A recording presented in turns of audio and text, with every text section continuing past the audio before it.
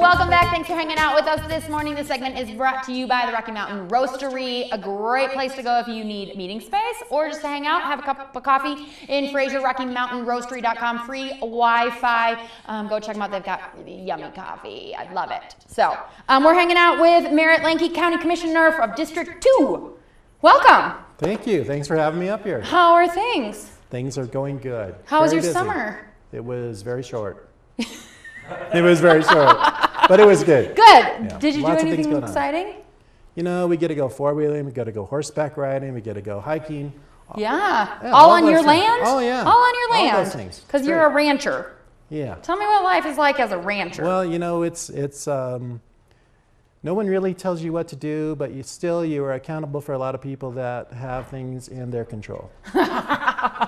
So it's very interesting. Always something new, always a new challenge. Yeah, cool. This time of year, what do you do on the ranch? We are putting up hay. That means that you are harvesting hay, put it in bales, either round bales or square bales, and that hay is to be sold or to feed out cows for the winter. How do you grow hay?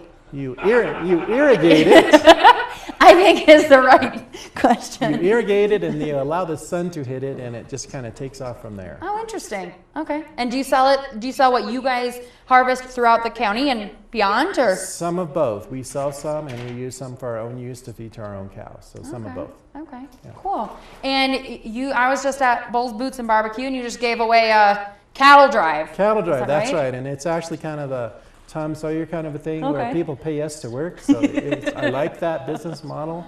And we've done this, I think, going on for 5 years. And we supply people with horses, and we actually put them to work, and they help us round up cattle as part of our shipping day when we ship out some of the summer tourist cattle, I call them. Oh, that are here for the summer. Got it. Just like the tourists.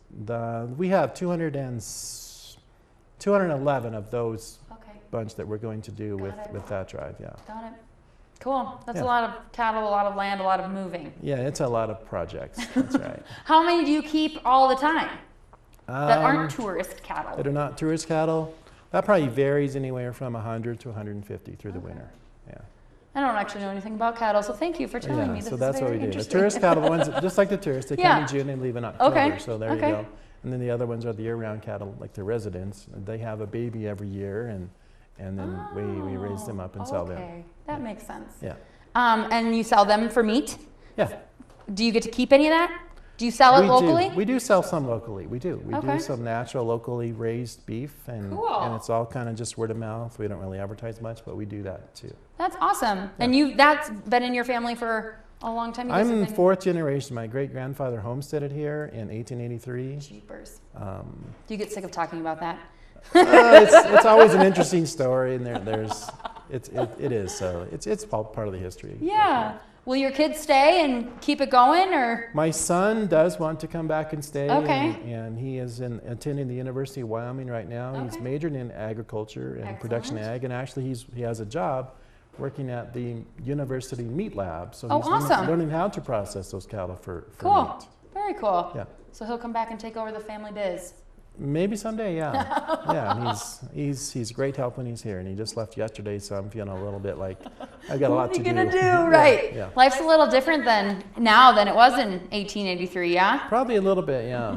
We didn't have cell phones going off all the time. Yeah, that's the only difference. That's the only difference. Yeah. The good old days, that's right. So yeah, a lot different. Cool. But still cattle and still farming and ranching? Still a lot of the same things. Some of the same traditions, raising cattle and still putting up hay. Yeah. Obviously the methods were a little different. They even sold some beef locally, but way back then too. Wow. Plus they supplied a lot of the miners, which was big back in that day. Cool. With the meat that they needed for their projects as they were coming here, and the railroad workers too, because as you know, that was a big thing coming through Grand County at the turn of the century. And cool. So they supplied them.